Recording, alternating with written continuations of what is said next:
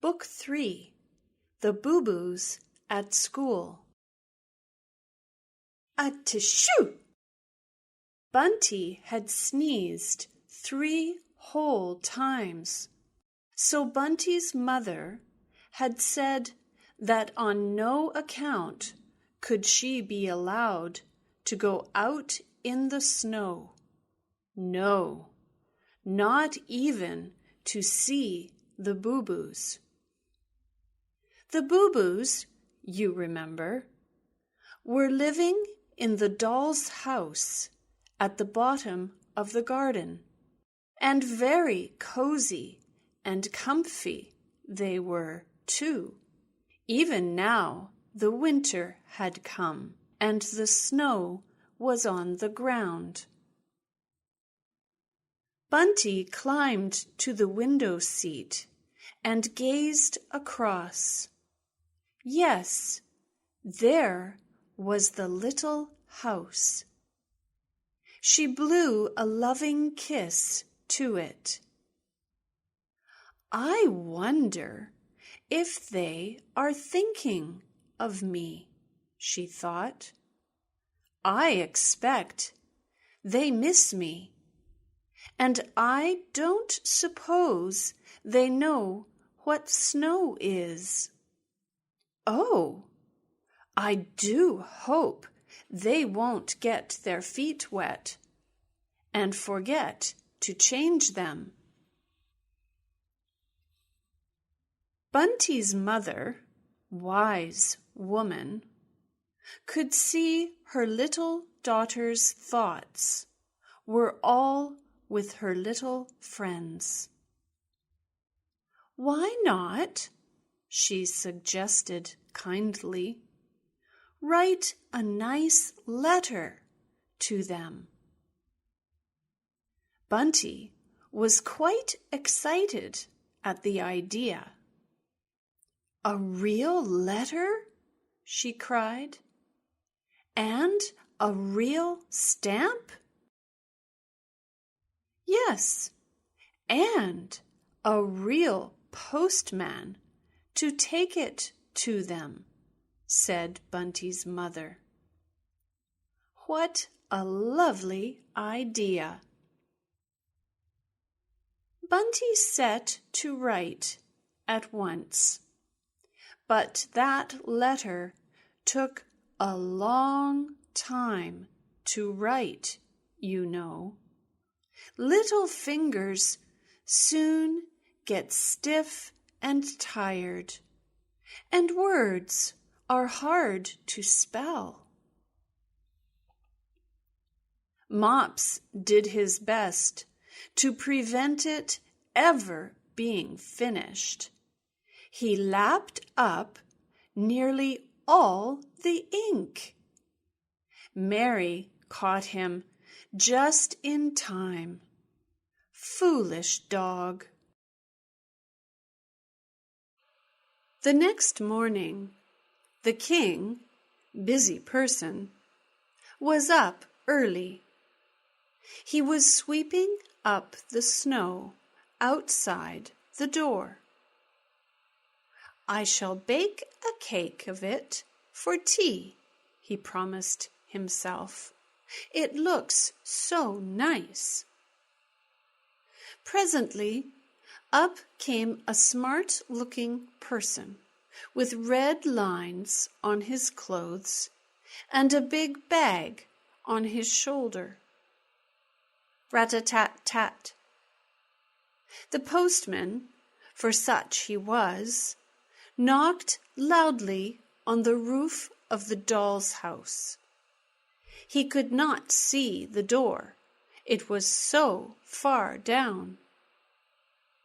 Please don't do that again, said the king, politely but firmly. You'll break my house. Hullo, didn't see you. Might have put my foot on you, answered the postman very briskly. Boo-Boos live here? The king bowed. Letter for them. The postman thrust it into the king's hand and turned away. He seemed in a tremendous hurry. "Hi!" cried the king. "What do I do with it?" But the man had gone.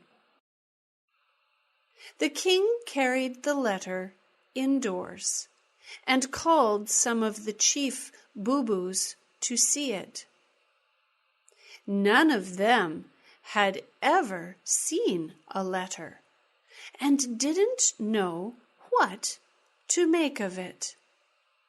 They shook their heads.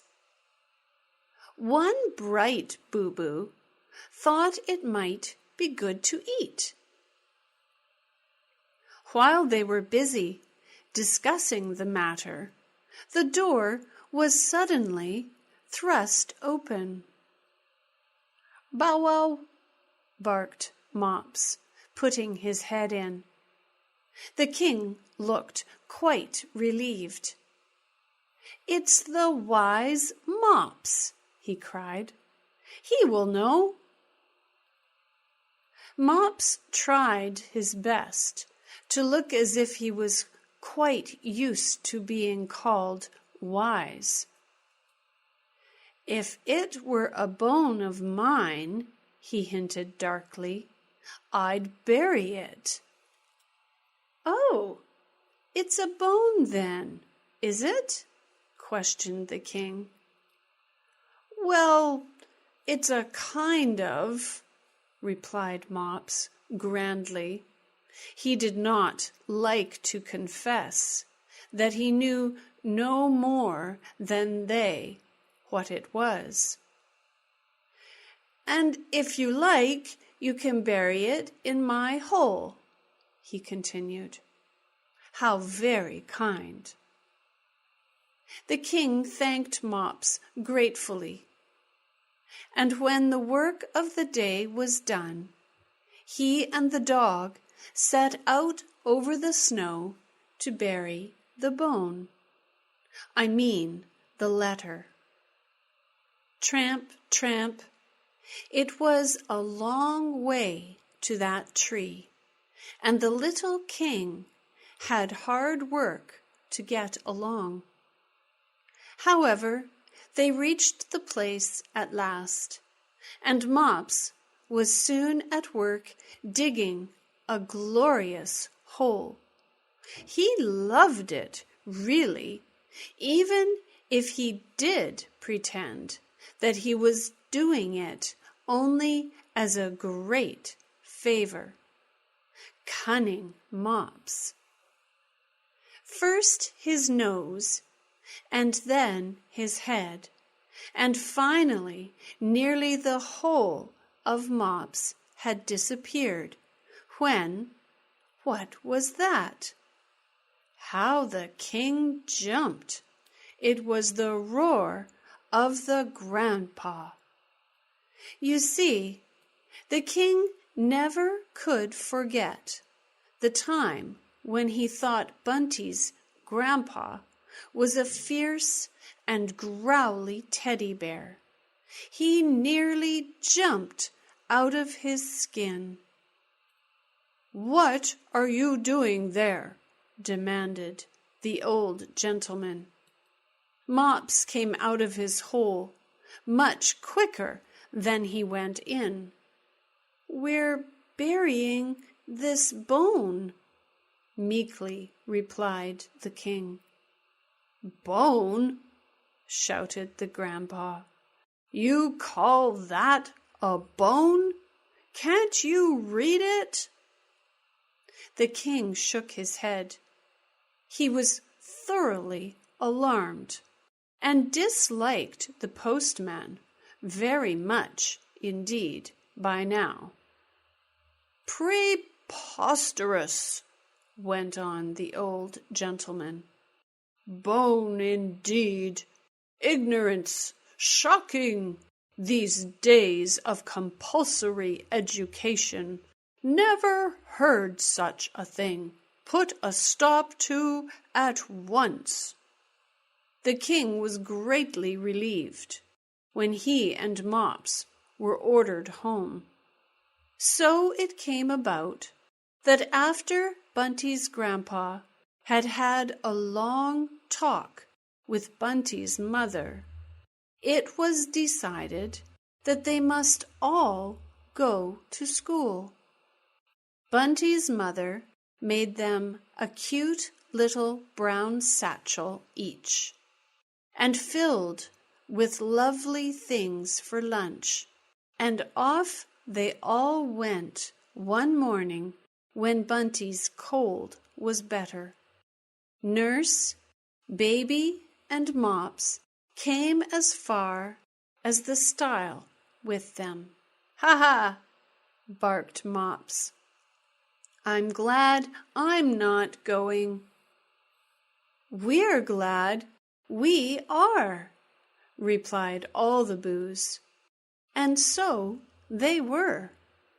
What Mrs. Teach'em-Lots thought, I cannot imagine, when they all trooped in. It seemed as though there was no end to them. "Good morning," said the king when he saw her. "We've come to school. The grandpa, little boys should be seen and not heard, and speak when they are spoken to," said Mrs. Teach'em-Lots severely, interrupting him. The king felt himself go all over shy-like, and he hung his head. However, they all soon got quite used to school ways and doings, and were soon as good and as bad as the rest of the children there, which, when one comes to think of it, doesn't amount to much either way. Now we come to rather a sad part of the story.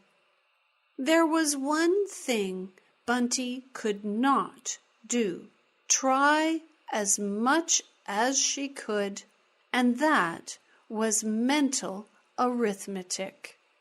She was always in trouble over it, and the poor little king was in great distress for his little friend.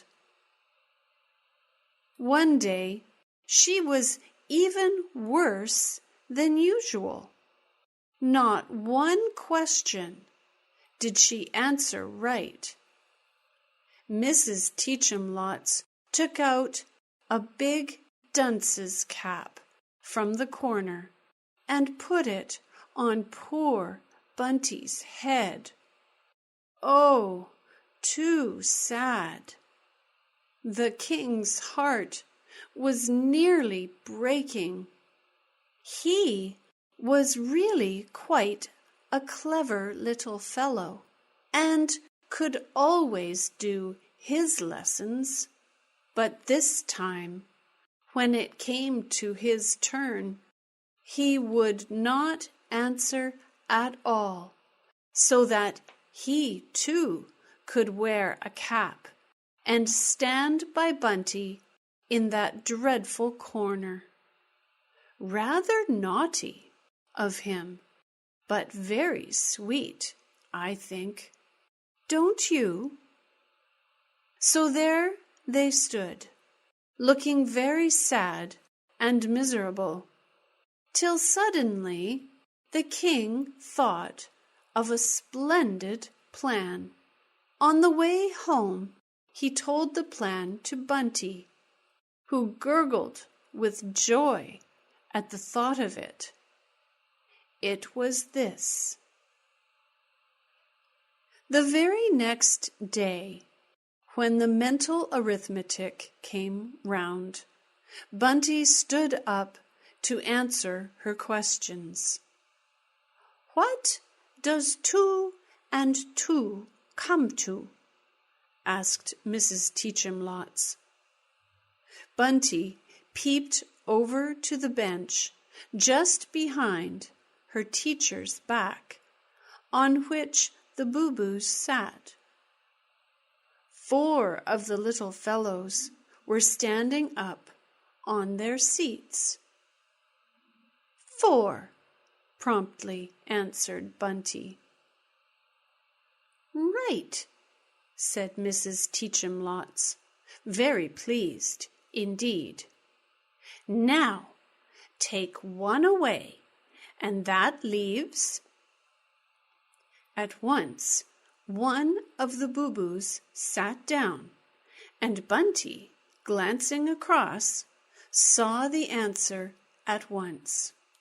3, she said happily, and all would have gone splendidly had not Mrs. Teach-em-Lots suddenly turned round and caught the boos right in the very act. Who thought of it? She asked, very angry indeed. The little king at once put up his hand. Then you must be kept in this afternoon, replied his teacher. And so, when it came time for the little ones to run home, the poor king had to stay behind, all alone. What a disgrace! He sat for a long, long time. I'm sure they must be home by now, he thought. Even finished their tea. The moon came up and peeped through the window at him, and presently he noticed a little gray mouse moving about. "Hello!" cried the king, hoping the little creature would come and talk to him, and so help to pass the time away. The mouse stopped. "It wasn't me, I assure you," she squeaked as soon as she saw the king. "It was the blackbird. I saw him." "Saw him what?" asked the king. But just at that moment, Mrs. Teach-em-Lots came in to send him home. He thought she looked worried, and as if she had been crying. But that is nonsense, he told himself. Teachers never cry. The king ran home as fast as he could. Halfway there, he saw a... whatever was it? Yes, it was a man growing out of the snow. The king crept up to him very cautiously, for there is no knowing what manner of man a snowman may be. When he got close up, he saw that a big blackbird was talking in a very excited manner just by. "Yes, I took it, and I buried it in the hole Mops made, and won't she be cross?" The bird's eye was full of mischief. "Won't who be cross?" asked the snowman. "Mrs. Teach-em-Lots," chuckled the naughty creature, shaking his feathers. The king knew that here was a mystery which he must try to solve. So, creeping quietly away, he ran to the hole where Mops tried to bury the letter. The next morning, Mrs. Teach-em-Lots gathered all the children together. "Children dears," she said, and her eyes were full of tears. I have lost a very beautiful ring which belonged to my mother. Before she could say another word, the king jumped to his feet. "Not lost," he cried. "I have it here." Great excitement. He then told his tale how, putting his hand deep into the hole in the tree, he had felt and pulled up the ring, and how he had overheard the blackbird tell the snowman, and what the mouse had told him. Mrs. Teacham-Lots was more than grateful, and took the little fellow on her lap and kissed him many times. She gave them all a holiday, and didn't they enjoy it?